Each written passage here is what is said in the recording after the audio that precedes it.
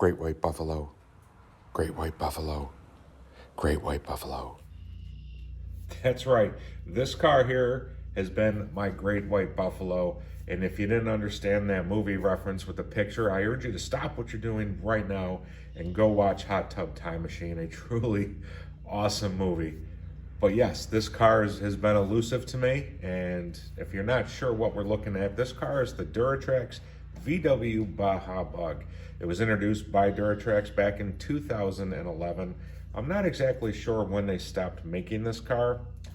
I know that Duratrax was under that umbrella of companies owned by the larger Habaco, and that Habaco back in 2018, I believe, filed for bankruptcy in early 2018, and just several short months later, I believe, were bought by Horizon Hobby. But Duratrax is still around as a company. They just don't make cars anymore. I'm sure you've seen their tires and wheels and batteries. I'm not sure what else they make, but unfortunately, cars they don't make anymore. And this Bug here that you see was based off of Duratrax's popular Evader stadium truck chassis. And most vehicles by Duratrax were on the more inexpensive side, aimed at newcomers. And I really always enjoyed their cars. When I got back into this hobby about 10 years ago or so, the Evader was the first electric ready-to-run car that I bought when I got back into the hobby, and wish I had hung on to that. But yes, this one here they don't make anymore. I've had my eyes peeled for one of these for years. Every now and again you see them pop up on eBay. I believe right now there is a new in-box Baja Bug on eBay for 500 bucks. But every now and again you see used ones crop up on eBay. You see them pop up on Marketplace. And even incomplete or not in great shape, they can command some money just because they're getting harder and harder to find. So very happy I got this. I received this last week as a gift from my good friend Dave at Rip Riot RC. He knows I've been looking for one of these, and he shocked me last week when he dropped this off to the house as a gift. So Dave, thanks a lot. This car is awesome. What are my plans for this car? It's incomplete. I got to get electronics in it. I'm going to do a light restoration.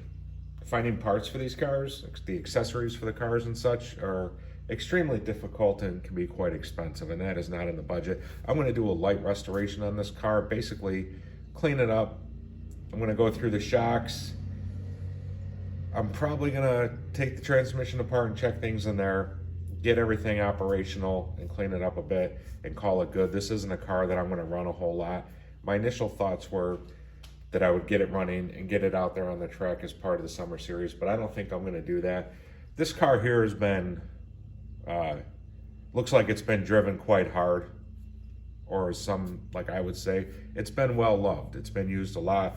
The body's got some heavy wear and tear on it, and I really don't want to contribute to making it any worse.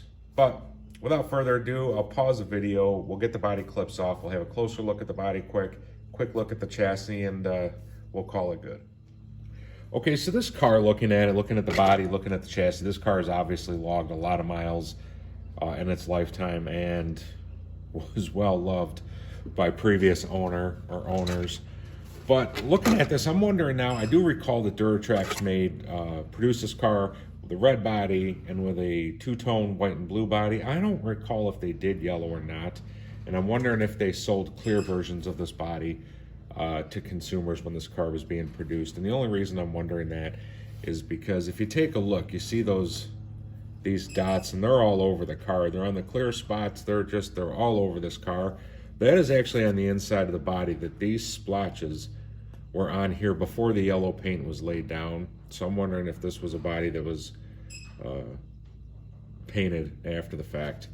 That wasn't factory painted.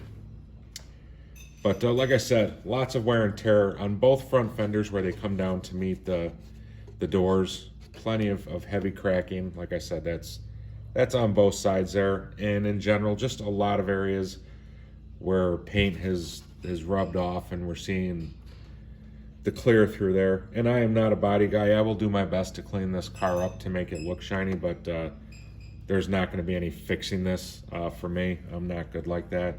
and this car is not going to be run a ton. But looking at the back, when Duratrax made these, they put in this fake engine in the back bay here, which just added to the cool factor for me. And the two holes here, I want to say, don't quote me, but I want to say that there was another bar that went around on the top as well as the bottom. Holes on the top, this car did come with a luggage rack, which tended to make it, you know, a little bit more top heavy, but just really added to that cool Baja look. Came with side mirrors. This hole here in the front, I believe, was for a VW emblem, and then these two holes here were to mount a smaller fake light bar that could be seen through the front bumper.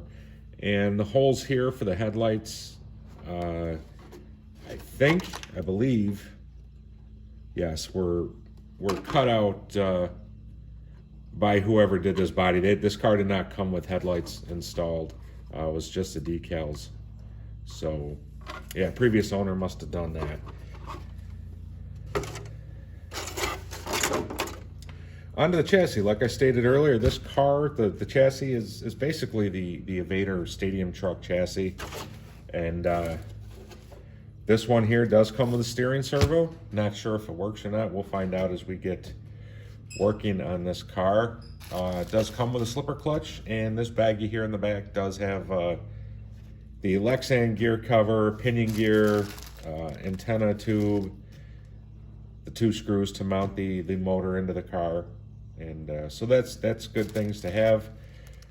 Thankfully, the Spur Gear looks to be in very good shape, so that's always a big plus as well. Not sure what this mount here was for. This almost looks like something aftermarket. Maybe it came that way. Maybe they just left it on there. Although I want to say that the Evader Stadium Truck had two body clips in the front as well.